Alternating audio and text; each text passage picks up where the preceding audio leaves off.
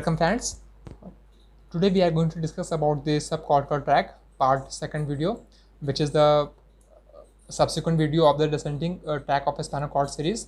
And in this video we will discuss about the only four subcortical tract and means vestibulospinal tract and medial reticulospinal tract, rubrospinal tract and reticulospinal tract. Actually we have the four type of the subcortical tract in which we have learned in the part first video, and these were subcortical tract है ना, vestibulospinal tract, rubrospinal tract, medial reticulospinal tract, lateral reticulospinal tract and tecto and olivospinal tract. So in this video we will learn only about these four tract.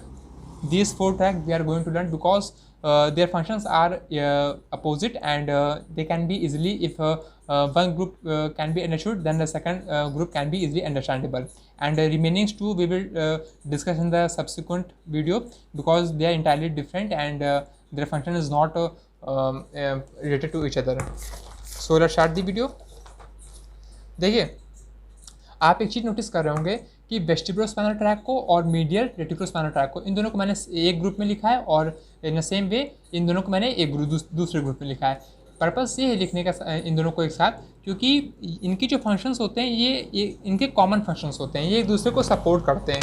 ठीक है, that's why अगर हम एक को समझ लेंगे, मतलब ताकि आपको ईज़ ऑफ कन्वीनियंस के लिए, अंडरस्टैंडिंग और सेक ऑफ मेमोरी के लिए आपको याद रहे, इसलिए मैंने इनको कंबाइंडली लिख रखा है. इनको मैं एक ही साथ डिस्कस करूँगा एक ही ग्रुप में. ठीक है, तो देखिए वेस्टिबुलोस्पाइनल ट्रैक और मीडियल रेटिकुलोस्पाइनल ट्रैक को समझने के लिए पहले हमें इनके जो इंडिविजुअल कंपोनेंट है उनको समझना पड़ेगा. वेस्टिबुलोस्पाइनल ट्रैक मतलब वेस्टिबुलर न्यूक्लियस से लेके हमारा स्पाइनल कॉर्ड तक, और मीडियल रेटिकुलोस्पाइनल ट्रैक मतलब जो रेटिकुलर फॉर्मेशन है ये, ठीक है, जो कि रेड और वाइट मैटर का मिक्सचर होता है, जो कि हमारा पूरे ब्रेन स्टेम में होता है ना. उसके जो मीडियल कंपोनेंट है, जो कि हमारा पॉन्स एरिया में, पॉन्स एरिया का जो मीडियल कंपोनेंट होता है ना, पॉन्स एरिया में जो रेटिकुलोस्पाइनल ट्रैक का जो हमारा पॉन्स एरिया है, पॉन्स एरिया में जो रेटिकुलोस्पाइनल ट्रैक है, रेटिकुलर फॉर्मेशन है, उसका जो मीडियल कंपोनेंट होगा वहाँ से ये ट्रैक ओरिजिनेट होगा. ठीक है, तो सबसे पहले अगर हम बात करें वेस्टिबुलर स्पाइनल ट्रैक की, तो इसका जो फर्स्ट ऑर्डर न्यूरॉन है ये हमारा वेस्टिबुलर न्यूक्लियस से अराइज होता है. देखिए वेस्टिबुलर न्यूक्लियस क्या है, जो कि हमारा जो ईयर्स होते हैं उसका जो हमारा 8th कैनियल नर्व्स होते हैं, ऑडिटरी कैनियल नर्व, उनमें दो पार्ट होते हैं, एक कॉक्लियर पार्ट होता है और एक वेस्टिबुलर पार्ट होता है. तो वेस्टिबुलर पार्ट जो होता है वो हमारा बैलेंसिंग में इन्वॉल्व होता है. तो उसकी जो वो जब बैलेंसिंग सिस्टम जब हमारा ईयर्स का एक्टिवेट होता है तो उसकी जो फाइबर्स होते हैं वो यहाँ पे आके टर्मिनेट होते हैं, है ना. तो ये जो वेस्टिबुलर न्यूक्लियस है वो वेस्टिबुलो कॉक्लियर न्यूक्लियर का पार्ट है. तो देखिए जो हमारा वेस्टिबुलर न्यूक्लियस है उससे हमारा फर्स्ट ऑर्डर न्यूरॉन्स जो हैं वो स्टार्ट होंगे और उनके जो एक्सॉन्स होंगे. ठीक है, देखिए ये मैं केवल लेफ्ट हैंड साइड का ड्रॉ कर रहा हूँ. ठीक है, ईच हाफ ये दो पार्टों में डिवाइड हो सकता है, जिस तरह जो फंक्शन जो स्ट्रक्चर इधर होगा वो इधर भी होगा. ठीक है, तो मैं एक ही साइड का मैं डिस्क्राइब कर रहा हूँ, वरना डायग्राम कॉम्प्लिकेटेड हो जाएगा. इसलिए फर्स्ट ऑर्डर न्यूरॉन जो हमारा स्टार्ट हुआ यहाँ से वेस्टिबुलर न्यूक्लियस है, इसके एक्सॉन्स जो हैं वो सीधे हमारे एंटीरियर वाइट कॉलम में आके टर्मिनेट हुए. ठीक है, फिर यहाँ से हमारे जो है इंटरनेशियल न्यूरॉन्स जो होंगे, है ना, वो स्टार्ट होंगे और वो जाके हमारे एंटीरियर ग्रे हॉर्न जो है, एंटीरियर ग्रे हॉर्न में जो हमारे अल्फा या गामा मोटर न्यूरॉन्स होंगे उनमें जाके इनका साइनैप्स होगा. और फिर वहाँ से ये हमारे जो थर्ड ऑर्डर न्यूरॉन जो हैं वो हमारे CNS से बाहर निकल के उनके मसल्स को जाके टर्मिनेट होंगे, साइनैप्स करेंगे, न्यूरोमस्कुलर जंक्शन फॉर्म करेंगे. ठीक है, तो हमने देखा कि जो हमारा वेस्टिबुलोस्पाइनल ट्रैक जो है वो हमारा 3 ऑर्डर न्यूरॉन्स में जाके कंप्लीट हो रहा है. पहला ऑर्डर न्यूरॉन जो है वो हमारा वेस्टिबुलर न्यूक्लियस से स्टार्ट हुआ और एंटीरियर वाइट कॉलम में जाके टर्मिनेट हुआ. फिर जो सेकंड ऑर्डर न्यूरॉन है वो हमारा इंटरनेशियल न्यूरॉन्स हैं. ठीक है, ऐसे न्यूरॉन्स, इंटरनेशियल न्यूरॉन्स वो हमारे न्यूरॉन्स होते हैं जो कि हमारे एक न्यूरॉन्स को दूसरे न्यूरॉन्स से कनेक्ट करें हमारे CNS में. ठीक है, और थर्ड ऑर्डर न्यूरॉन्स जो हमारा है वो अल्फा या गामा मोटर न्यूरॉन्स, जो कि हमारा एंटीरियर ग्रे हॉर्न से हमारा स्टार्ट होकर और एक्सटेंसर मसल्स में जाके सप्लाई करता है. एक्सटेंसर मसल्स में ही क्यों सप्लाई करता है अभी मैं उसको आपको रीज़न बताऊंगा. इन द सेम वे जो रेटिकुलर फॉर्मेशन है उसका जो हमारा पाथ होता है, जो ट्रैक होता है, वो कहाँ से स्टार्ट होता है, जो हमारा पॉन्स एरिया, देखिए ये मिड ब्रेन, पॉन्स, मेडुला, जो पॉन्स एरिया का जो हमारा पॉन्स एरिया का जो हमारा रेटिकुलर फॉर्मेशन होता है ना, पॉन्स रीजन में जो हमारा रेटिकुलर फॉर्मेशन का जो रीजन होता है उससे हमारा उसकी मिडली जो हमारे रेटिकुलर फॉर्मेशन के मीडियल एस्पेक्ट से हमारे फर्स्ट ऑर्डर न्यूरॉन्स हमारे स्टार्ट होते हैं और वो भी जाके हमारे एंटीरियर वाइट कॉलम में आके टर्मिनेट होते हैं, फर्स्ट ऑर्डर न्यूरॉन, ठीक है। फिर सेकंड ऑर्डर न्यूरॉन जो है वो भी हमारा इंटरनेशनल न्यूरॉन्स फॉर्म करता है और ये जो सेकंड ऑर्डर न्यूरॉन है ये जाके हमारा जो है एंटीरियर ग्रे हॉर्न में जाके टर्मिनेट होगा और फिर वहाँ से थर्ड ऑर्डर न्यूरॉन जो है वो हमारा स्टार्ट होगा और वो जाके सिंपली साइनेप्स करेगा। अब इनका जो फंक्शन है, इन दोनों के फंक्शंस कॉमन होते हैं। इनका फंक्शन क्या होता है कि दे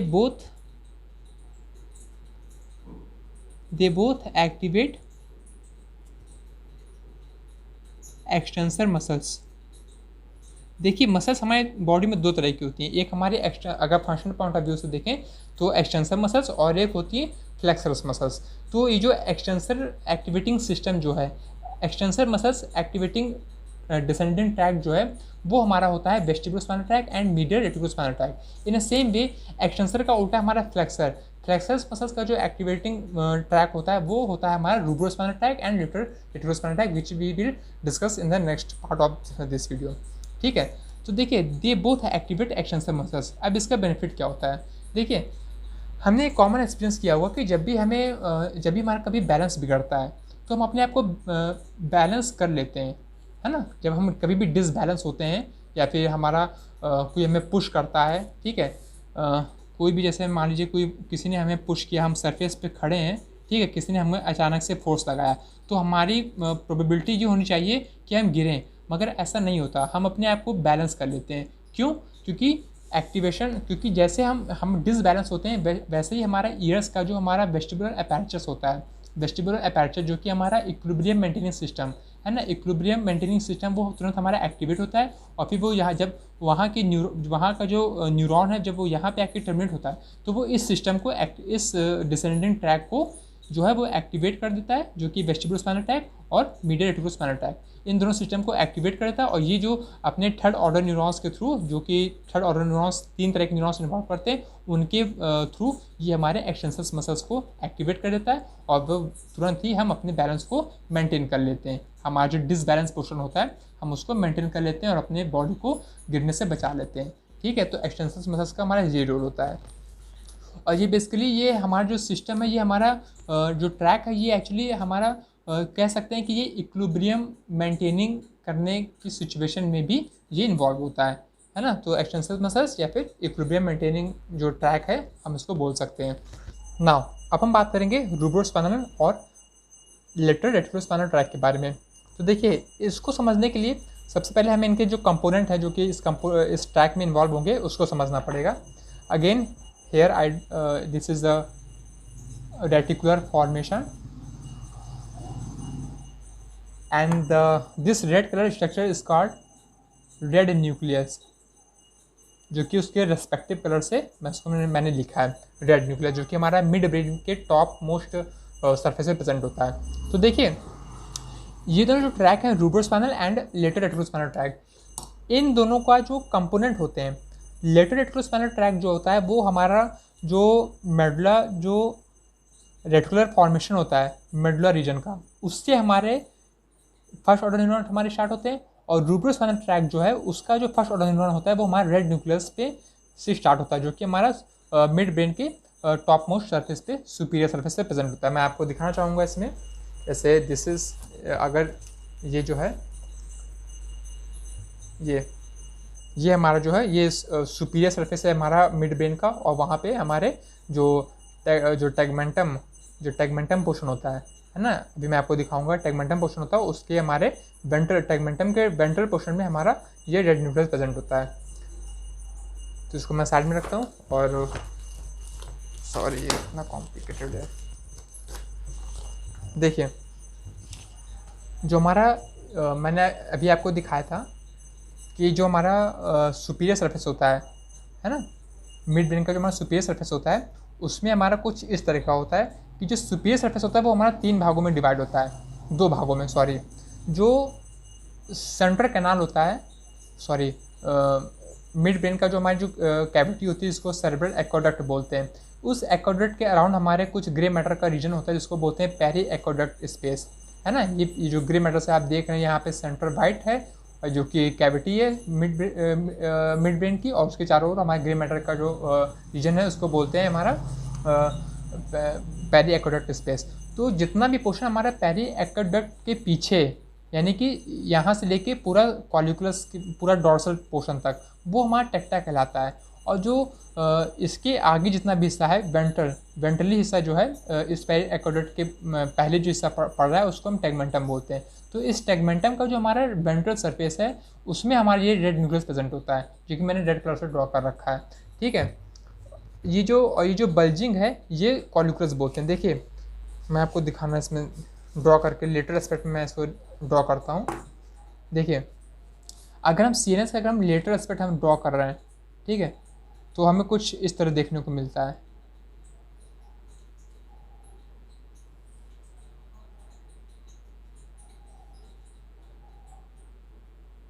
ये हमारा सेरेब्रम हो जाएगा, ये मिड ब्रेन, ये पॉन्स और ये मेडुला एंड ये पूरा स्पाइनल कॉर्ड। तो हमने देखा कि जो लेटरल एस्पेक्ट है ना, ये लेटरल व्यू है।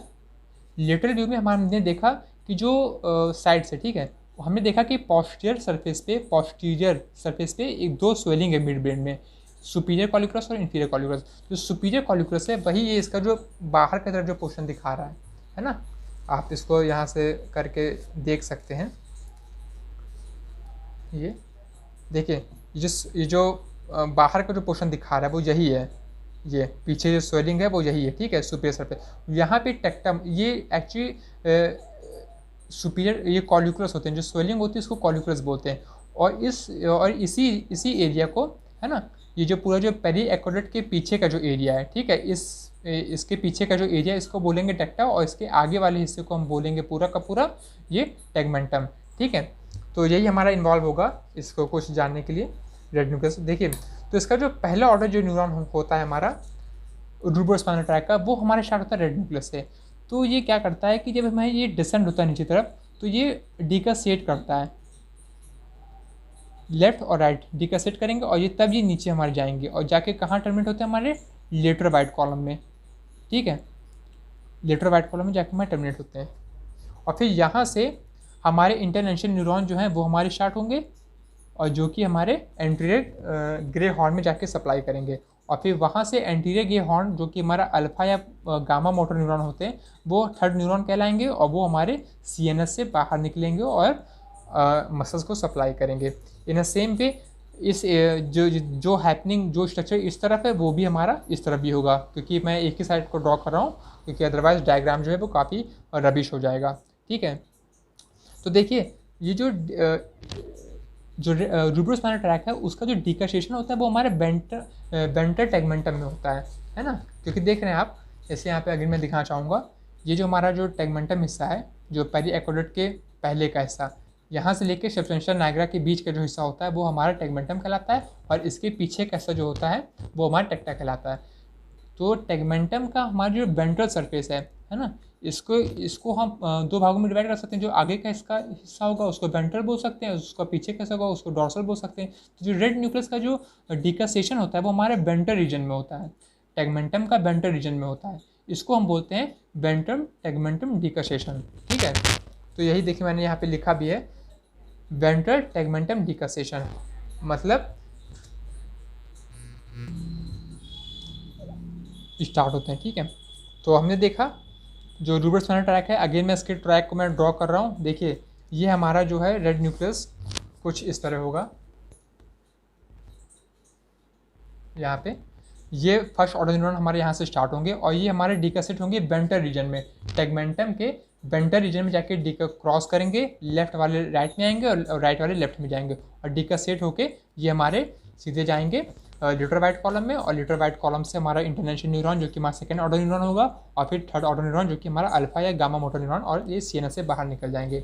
एंड नाउ रेटिकुलर फॉर्मेशन की जो रेटिकुलोस्पाइनल ट्रैक की बात करें तो उसमें क्या होता है, जो हमारा मेडुला में जो हिस्सा होता है जो रेटिकुलर फॉर्मेशन का, यहाँ से ये हमारे फर्स्ट ऑर्डर न्यूरॉन्स इनके स्टार्ट होते हैं, और ये स्टार्ट होंगे, और ये जो है ये सीधे हमारे एंटरोलेटर बाइट कॉलम में, लेटर और एंटीरियर बाइट कॉलम का जो जंक्शन पॉइंट होता है एंटरोलेटर बाइट कॉलम में, यहाँ पे जाके टर्मिनेट होंगे। ठीक है, अभी जाके यहाँ पे टर्मिनेट होंगे जो कि फर्स्ट ऑर्डर न्यूरॉन है इनके। ठीक है, फिर ये हमारे यहीं पे एंटरोलेटर बाइट कॉलम से ये सेकेंड ऑर्डर न्यूरॉन हमारे स्टार्ट होंगे और ये जाएंगे हमारे जो कि इंटरनेशनल न्यूरॉन है, सेकेंड ऑर्डर न्यूरॉन। ठीक है, और फिर ये थर्ड ऑर्डर न्यूरॉन में टर्मिनेट होंगे जो कि again alpha and gamma motor neuron, और ये फाइनली ये भी सीएनएस से बाहर निकलेंगे। मतलब रूब्रोस्पाइनल tract and lateral reticulospinal track, और पीछे जो वेस्टिबुलोस्पाइनल ट्रैक और मीडियल रेटिकुलोस्पाइनल ट्रैक, इन चारों में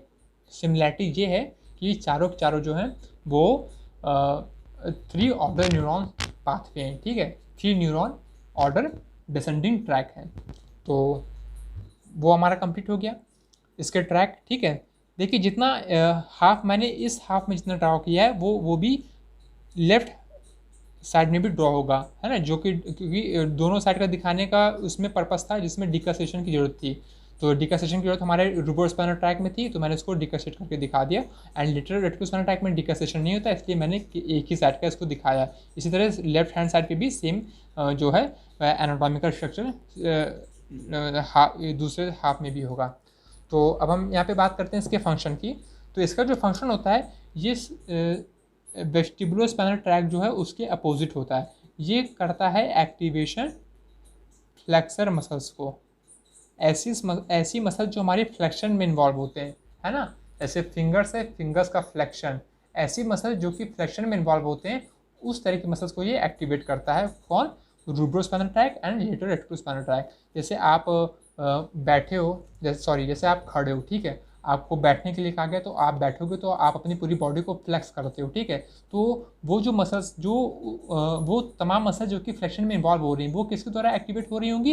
इसके थ्रू। और फिर अगर आपसे किसी ने कहा कि आप खड़े हो तो आप फ्लेक्स्ड पोजीशन से आप खड़े होते हो। ठीक है, फ्लेक्स पोजीशन से आप खड़े होते हो। तो ये जो एक्सटेंशन मसल्स का जो काम है, ये एक्टिवेशन जो इनका मसल्स है ये कौन करेगा? वेस्टिबुलोस्पाइनल ट्रैक या फिर उनके जो सपोर्टिंग सिस्टम जो कि मीडियल रेटिकुलोस्पाइनल ट्रैक। ठीक है, तो ये कुछ फंक्शन होता है, ये दोनों एक दूसरे के अपोजिट होते हैं, रूब्रोस्पाइनल tract and lateral reticulospinal track. ये पूरे और वेस्टिबुलोस्पाइनल ट्रैक ये दोनों हमारे एक दूसरे के अपोजिट होते हैं। So this was all about the part second video, and in the part third video we will again discuss about leftover two topics, that is tectospinal pathway and olivospinal pathway.